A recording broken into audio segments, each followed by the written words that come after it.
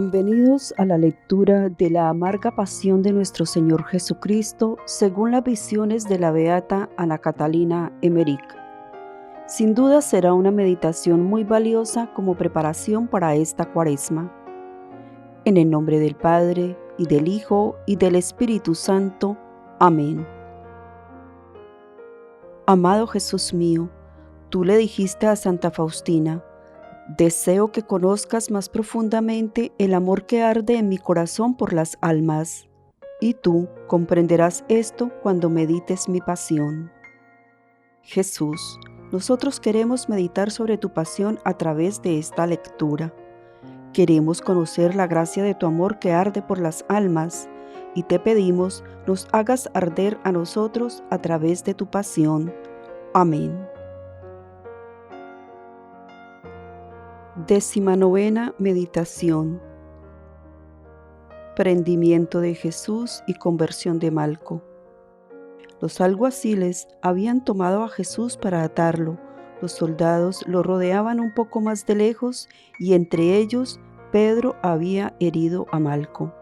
Otros soldados estaban ocupados en rechazar a los discípulos que se acercaban y en perseguir a los que huían. 4 discípulos se veían a lo lejos. Los soldados no se habían aún repuesto del terror de su caída y no se atrevían a alejarse por no disminuir la tropa que rodeaba a Jesús.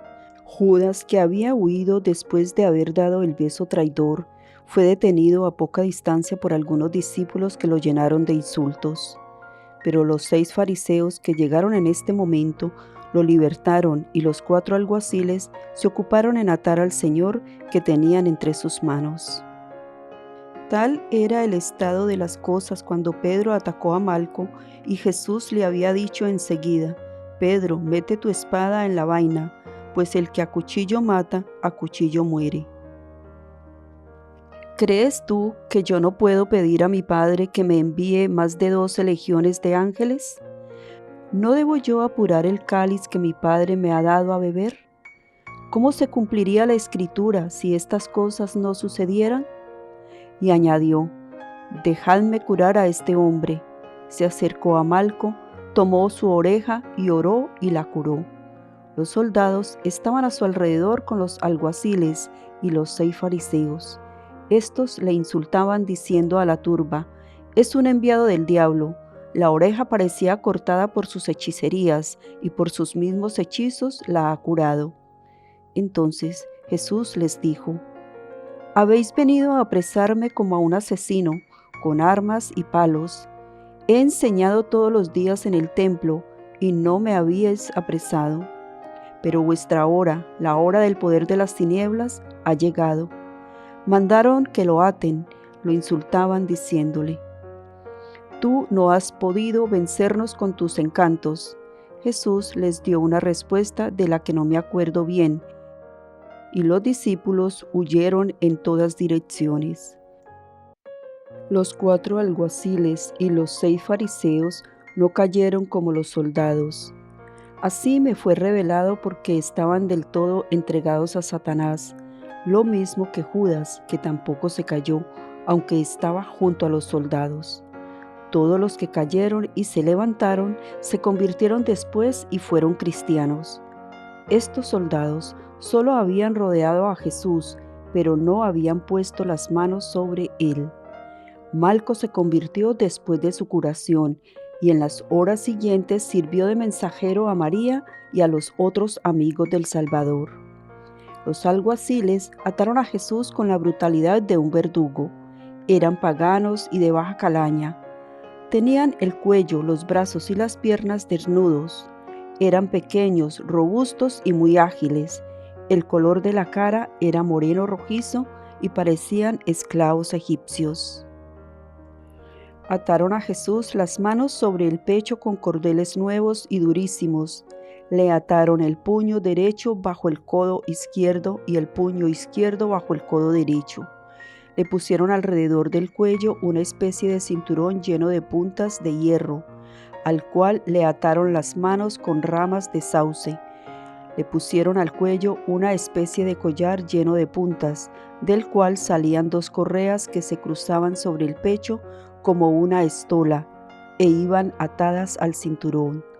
De éste salían 4 cuerdas con las cuales tiraban al Señor de un lado y de otro, según su inhumano capricho. Se pusieron en marcha después de haber encendido muchas antorchas. 10 hombres de la guardia iban delante. Después seguían los alguaciles, que tiraban de Jesús por las cuerdas.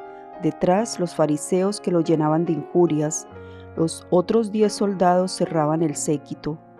Los discípulos andaban errantes a cierta distancia, dando gritos y como fuera de sí. Juan seguía de cerca a los soldados que estaban detrás, y los fariseos mandaron que lo aprendieran. En efecto, algunos corrieron hacia él, pero huyó dejando entre sus manos su sudario, por el cual le habían prendido. Los alguaciles maltrataban a Jesús de la manera más cruel, para adular bajamente a los fariseos, que estaban llenos de odio y de rabia contra el Salvador. Le llevaban por caminos ásperos, por encima de las piedras, por el lodo, y tiraban de las cuerdas con toda su fuerza. Tenían en la mano otras cuerdas con nudos, y con ellas le pegaban como un carnicero pega a las reses que lleva a sacrificar. Y todas estas crueldades iban acompañadas de insultos tan soeces que la decencia no me permite repetir. Jesús estaba descalzo. Tenía, además de su vestido ordinario, una túnica de lana sin costuras y otro vestido por encima. Cuando prendieron al Salvador, no vi que le presentaran ninguna orden ni ninguna escritura. Lo trataron como si hubiera estado fuera de la ley. Andaban deprisa al dejar el camino que está entre el huerto de los olivos y el de Getsemaní. Volvieron a la derecha y llegaron al puente sobre el torrente de Cedrón. Jesús, al ir al huerto de los olivos, no pasó este puente, tomó un camino que bordeaba por el valle de Josafat, que conducía a otro puente más hacia el sur. El que pasaba ahora era muy largo, porque se extendía más lejos que la ensenada del torrente, a causa de la desigualdad del terreno. Antes de llegar a él, vi a Jesús 2 veces caer en el suelo por los violentos tirones que le daban. Pero al llegar al medio del puente, su crueldad no tuvo límites. Empujaron brutalmente a Jesús atado y lo echaron desde su altura en el torrente, diciéndole que saciara su sed. Sin la asistencia divina, esto solo hubiera bastado para matarlo. Cayó sobre las rodillas y sobre el rostro, que se le hubiera despedazado contra las piedras, que apenas estaban cubiertas con un poco de agua, si no lo hubiera protegido con los brazos juntos atados, que se habían soltado de la cintura, sea por auxilio divino o porque los alguaciles lo desataran. Las rodillas, los pies, el codo y dedos se imprimieron milagrosamente en la piedra donde cayó, y esta marca fue después objeto de veneración. Eran las piedras más blandas y más creyentes que el corazón de los hombres. Estas daban testimonio en aquellos terribles momentos de la impresión que la verdad suprema hacía sobre ellas. Yo no he visto a Jesús beber a pesar de la sed ardiente que siguió a su agonía en el huerto de los olivos. Le vi beber agua del Cedrón cuando le echaron en él, y supe que se cumplió un pasaje profético de los Salmos que dice que beberá en el camino del agua del torrente. Salmo 59. Los alguaciles tenían siempre a Jesús atado con las cuerdas, pero no pudiéndole hacer atravesar el torrente a causa de una obra de albañilería que había al lado opuesto, volvieron atrás y lo arrastraron con las cuerdas hasta el borde. Entonces aquellos miserables lo empujaron sobre el puente, llenándole de injurias, de maldiciones y de golpes. Su larga túnica de lana, toda empapada en agua, se pegaba a sus miembros, apenas podía andar, y al otro lado del puente cayó otra vez en tierra. Lo levantaron con violencia, sacudiéndole con las cuerdas, y ataron a su cintura los bordes de su vestido húmedo, en medio de los insultos más infames. No era aún la medianoche cuando vi a Jesús al otro lado del Cedrón, arrastrado inhumanamente por los 4 alguaciles sobre un sendero estrecho entre las piedras, los cardos y las espinas.